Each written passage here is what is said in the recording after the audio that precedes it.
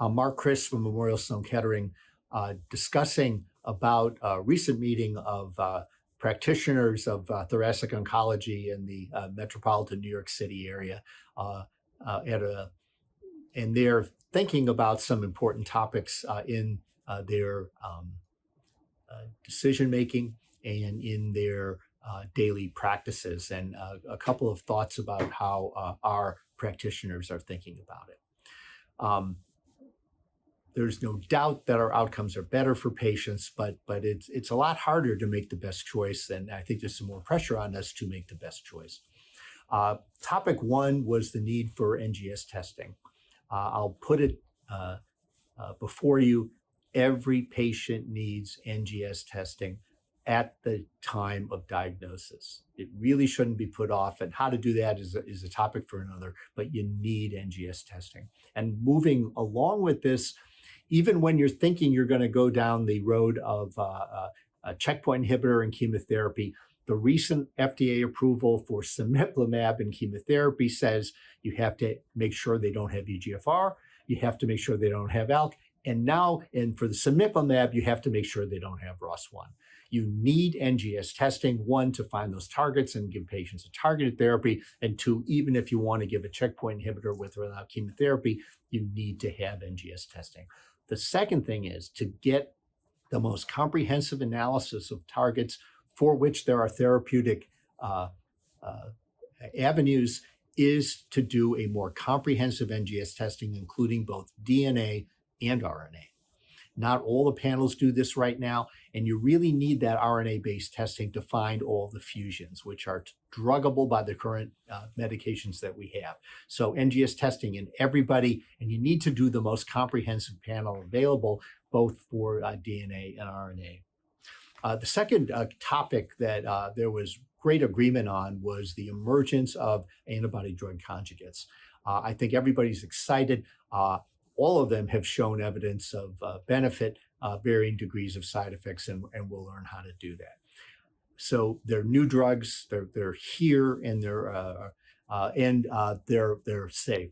Couple of things, though, that number one, they do have chemotherapy. They have side effects of chemotherapy, and I think the consensus is that when you treat patients with a ADC, you need to give antiemetic regimens, at least for the trastuzumab, and on the other deruxtecan drugs, you need to give a regimen for highly emetogenic chemo as prophylactic antiemetics. I think that was a consensus thought. The second thing is that these drugs are making us rethink, what does it mean to have the expression of the protein? I'm totally struck with that for trastuzumab deruxtecan, patritumab deruxtecan, and datopotamab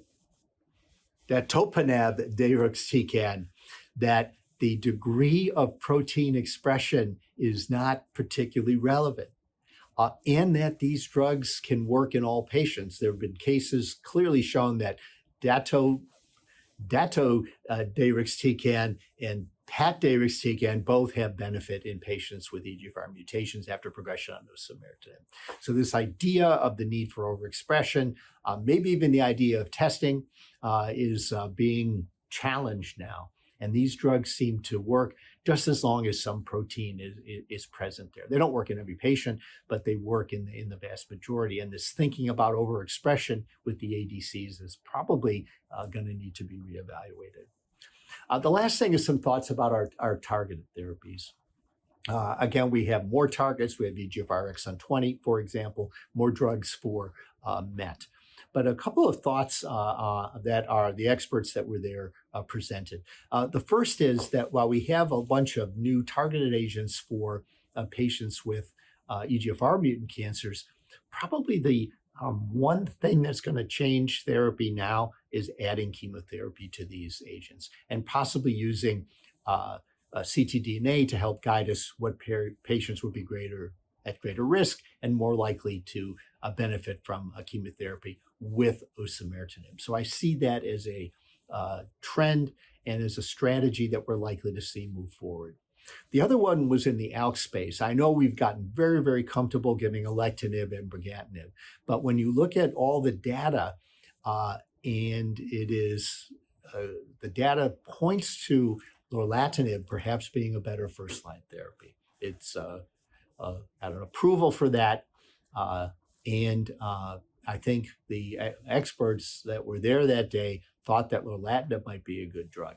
Yes, it has a different spectrum of side effects, and the CNS side effects are something we have to learn how to take care of. However, we can do that. And generally with dose reduction, those side effects are well manageable. So if you can get better outcomes in general, better outcomes with patients with brain metastases, it may make some sense to displace our great go-to first-line drugs, brigatinib and alectinib, with lorlatinib. So changes in practice are happening now. There are drugs that are available. I urge oncologists to kind of be open to rethinking what your standard of care is. Also be open to rethinking how these drugs work and go with the data that we have. We're doing much better now, but to me, the best is yet to come.